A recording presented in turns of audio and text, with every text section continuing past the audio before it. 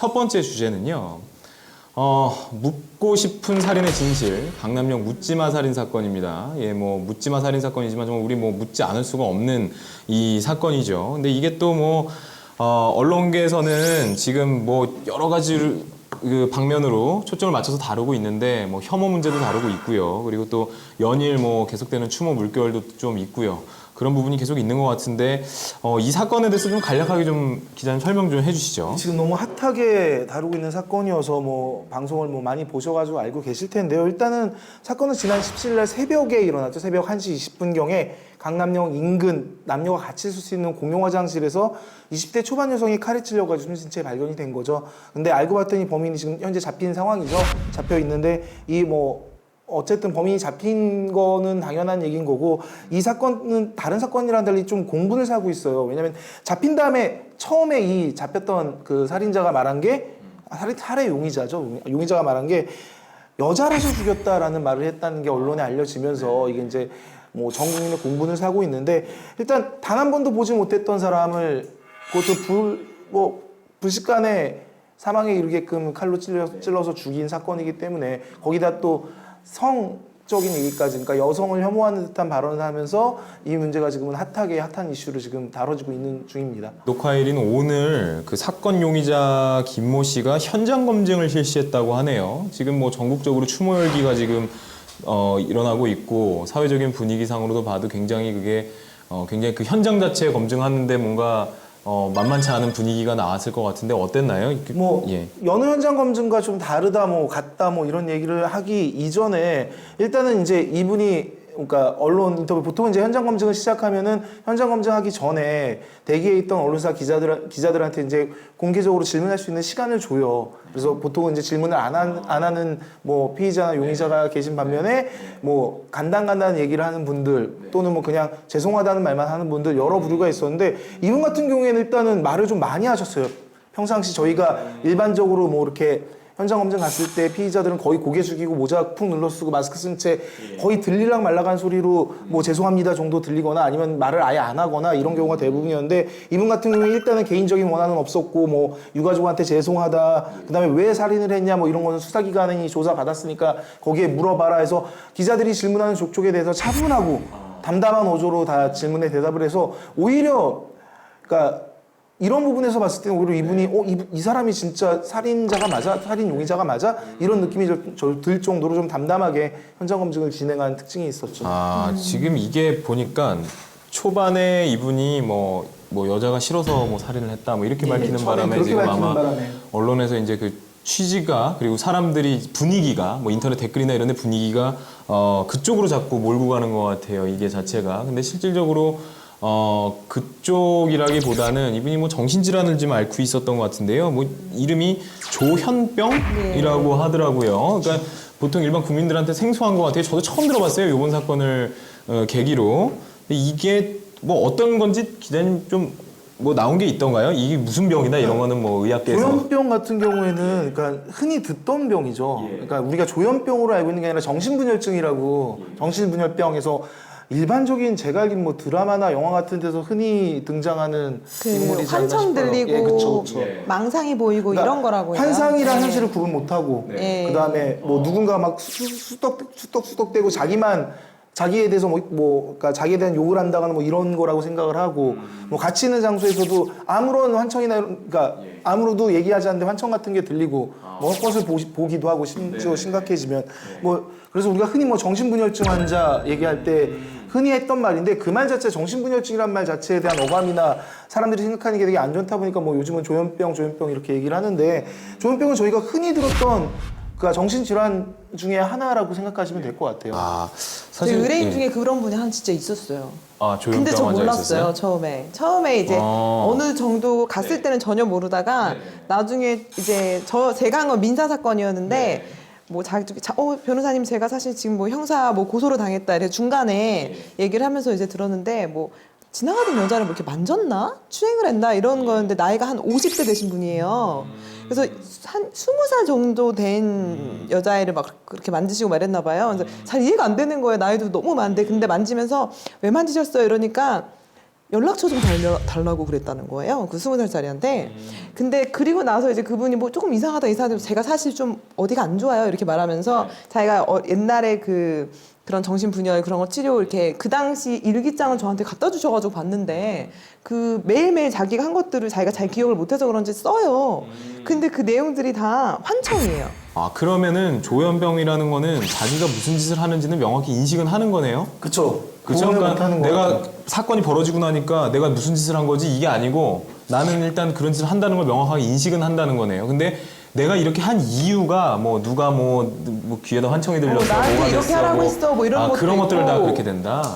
근데 좀 살펴봐야 될 부분이 있기는 해요. 그러니까 일단 조현병 같은 경우에는 이제 뭐 일반적으로 요즘 얘기하는 게 우리나라 그러니까 국내 유병률이 0.1%에서 한 0.2% 정도 된다고 얘기하니까 대략 5천만 명이라고 따졌을 때 50만 명 정도가 조현병을 앓고 있다. 되게 많은 사람이 조현병을 앓고 있다라고 지금 전문가들은 얘기를 하고 있고 실제 이제 2012년도 대검찰청의 범죄율 발표에 따르면은 정신질환자 그러니까 조현병 환자의 범죄율은 일반인의 10% 정도밖에 안 돼요. 그러니까 일반인이 범죄 저지르는 것의 10% 정도가 조현병 환자들, 그러니까 정신분열증 환자들이 범죄를 저지른다 보고 있고 또 공격성이나 뭐 파괴성 같은 거 그래서 우리가 흔히 사이코패스 또는 소시오패스 얘기하는 이런 반사회적 인격 장애를 갖고 있는 거랑은 전혀 다르다고 얘기를 하더라고요. 전혀 달리 이 환자들, 조현병 환자들은 범죄율이나 폭력성이 되게 낮은 축에 속한다고 얘기하는 게 지금 전문가들의 얘기고 그래서 조현병 자체가 그러니까 이 사건을 봤을 때 조현병이 사건을 유발했다라고 보기는 어렵다.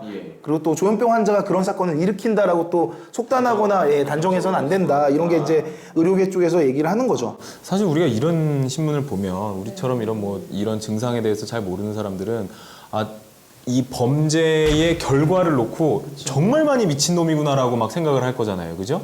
그러니까는 이렇게 뭐 잔혹하게 알지도 못한 사람 묻지마 살인했으면 얘는 완전 미친놈인가 보다라고 하는데 지금 기자님 말씀 들어보면은 뭐 그렇게 완전 미친 증상은 아닐 가능성이 높다라는 거잖아요. 근데 사실은. 일상생활을 다 하셨던 분이었을 그쵸. 거 아니에요. 예, 그렇죠. 그러니까는. 그러니까 일도 하고 뭐 그렇게 되니까. 신자동 현우님 말처럼 뭐 이번 사건을 너무 네. 막 여성 혐오 이런 게 일반화 오류가 너무 심한 것 같다. 네. 근데 이런 의견 진짜 많거든요. 네. 여자이기 때문에 범죄를 저질렀다 이 말 한마디 때문에 이제 여성 혐오나 뭐 남성 혐오, 남녀 근데 혐오 원래 범죄 이렇게 피해자는 넘어갔는데 모든 사건에서 여자 아동이 많아요. 그쵸. 왜냐하면 저도 얘기하고 싶은 남자들도 조폭도 자기보다 더 센 조폭은 안 건드리거든요. 근데 자기보다 이제 저항할 힘이 좀 적은 원래 여자나 아동들한테 원래 훨씬 더 그 범죄 피해자가 되는 경우가 많잖아요. 이 사람이 꼭 뭔가 여성 혐오자라서라기보다는 뭔가 쉬운 상대를 고르지 않았을까 싶어요. 그러네요. 근데 지금 이게 그 인터뷰 그거 하나 때문에 지금 계속 뭐 남녀 혐오가 어떻게 보면 더 사회적으로 이슈가 되고 있는, 그러니까 정신질환보다도 남녀 혐오가 더 이슈가 되고 있는 그런 형국인데. 근데 그 말 한마디로 그 사람이 남성 혐오, 여성 혐오인지는 알 수 없을 것 같아요. 사실 프로파일러들이 보통 그 사람 범죄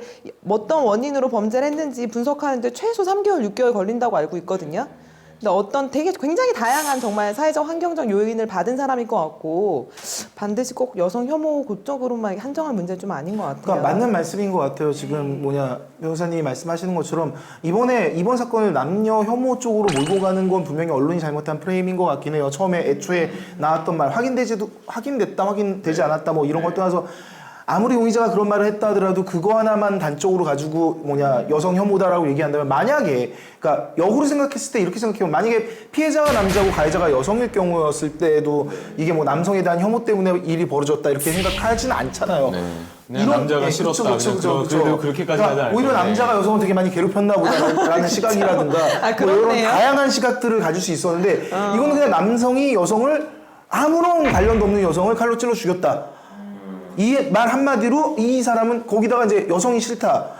여성 혐오자가 끝끝내 이제 살인까지 저지른 지경까지 왔구나라는 아주 되게 단순한 논리적인 접근을 간 것 같아서 뭐 이 부분은 솔직히 좀 언론이 너무한 측면이 있다고 봐야겠죠. 이게 이 사건이 아까 어떤 분이 채팅창에 올려주셨는데 뭐 하루 이틀 있는 것도 아니고 아마 여태까지 뭐 굉장히 많을 텐데 이게 좀 재조명을 받는 어떤 이슈가 돼버리긴 했어요. 근데 이게 관련해서 좀 어처구니 없는 핑크 코끼리 폭행 사건? 이건 뭔가요 도대체? 이 핑크 코끼리 옷을 입은 분이 여기 추모 현장이 됐잖아요. 강남 그 사건 났던 이 현장에서 이제 계속해서 추모객이 와가지고 뭐 여러 가지 추모 활동을 하는데 옆에서 이제 그렇게 써가지고 다녔다고 하시더라고요.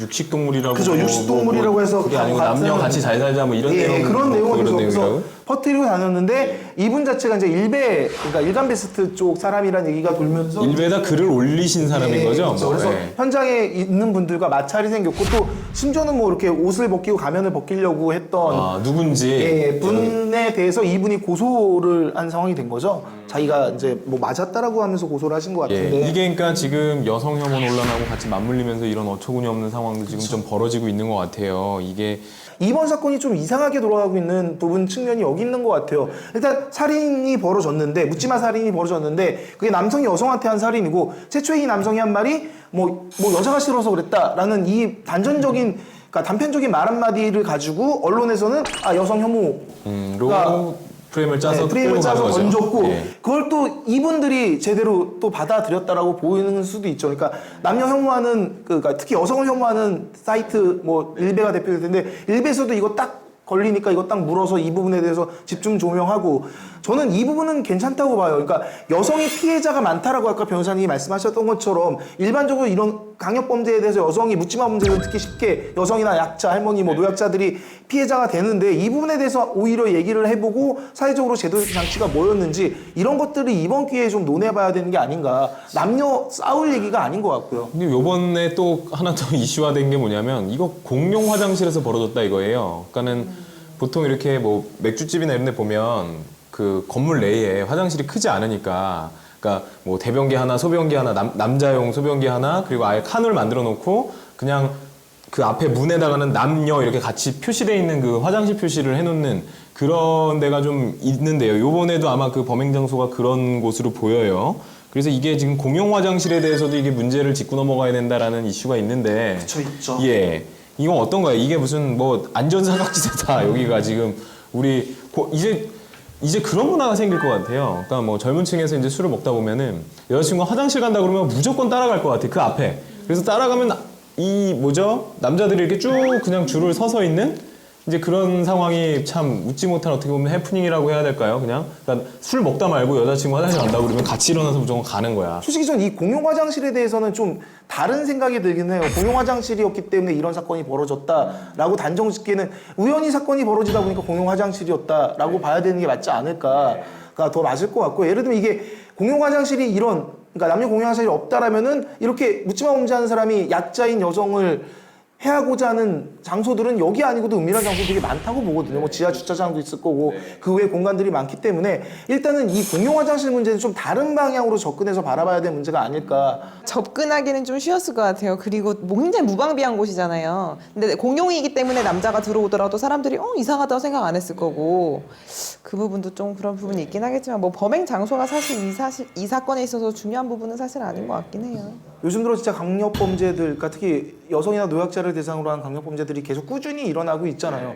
그럼 꾸준히 왔고 또 장소들이 지금 이제 뭐 남녀 공용 화장실이 이번에는 좀 집중됐지만 이런 데 말고도 뭐 지하 주차장이랄지 아니면 우리나라 곳곳을 보면은 곳곳에 범죄가 일어날 만한 그럴 만한 장소들이 되게 많이 있잖아요.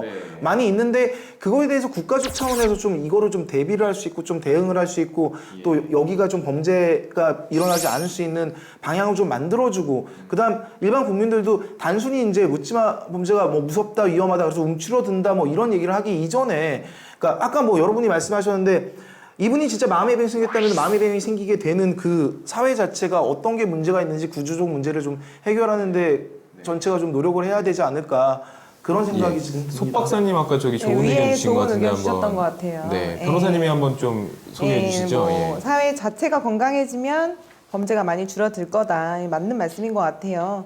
뭐 사회 자체가 너무 힘들다. 근데 왜 이렇게 뭐 조금이라도 낙오되면 패배자가 된다 이런 인식 자체가 조금 한국이 좀 심한 것 같아요. 사실 어느 직종이든 어느 직위에 있든 간에 힘들지 않은 사람이 없잖아요. 저마다의 다 스트레스를 갖고 사는 건데 너무 이제 그런 직업이나 뭐 보수라든가 이런 것들에 실수를 하면은 대해서 다시는 일어설 수 네, 없게끔 그런 것도 있고. 완전히 매장시켜버리는 분위기와 문화도 조금 문제가 그쵸. 있지 않냐라는 의견이신데요. 예. 예. 예. 그러니까 좀 이렇게 뭔가 사회적인 안전 울타리라고 해야 되나? 너무 이렇게 구별되는 약간 그런 분위기 자체가 좋지 않은 것 네, 같아요. 맞습니다. 그러니까 꼭 정신질환이 없어도요. 왜 이제 날씨가 더워지잖아요. 습해지고 그러면은 사건이 많이 일어난다고 술 먹고 많이 싸우게 되고 불쾌하니까 불쾌지수가 올라가니까 맞아요. 멀쩡하던 사람도 갑자기 횟가닥 하는 거예요. 그런 과정에서 뭐 지기 싫든 자존심이든 뭐든 간에 미쳐가지고 뭐 병으로 사람 머리 쳐서 죽이는 사람들도 나오고요. 그러니까. 예, 그렇게 저도 잠 못 따지고 자고 보면 이러면 되게 성격 이상해지거든요. 그렇죠. 아유, 그러면서 안 이상해지면 또 이상한 거지. 예민해져요, 예민해져. 예, 안 예민해질 수가 없는 거죠. 진짜로. 그래서 그렇게 되는 어떤 사회 분위기도 좀 변화시킬 필요가 있지 않나라는 선에서 정신과 저희가 너무 비싸대요. 예. 실제로. 뭐 의료보험도 좀 어느 정도 되는 것 같은데 안 되는 것들이 좀 있나 훨씬 더 봐요. 많겠죠. 너무 예. 비싸대요. 막 일반 이런 몇만 원이 아니라 몇십만 원 이래서. 컨설팅료가 그렇게 비싸다는 네, 거죠. 그래서 그게 어렵다고 하더라고요. 컨설팅이 아니라 치료겠군요, 그거는. 예, 아무튼 여러분들 뭐 의견도 좋은 의견도 많이 주셨는데요. 우리가 우리 공동체에서 다 같이 계속 공론화하고 예, 보완해 나가려는 노력을 멈추지 않아야 되는 그런 주제가 아니었나 싶습니다. 예.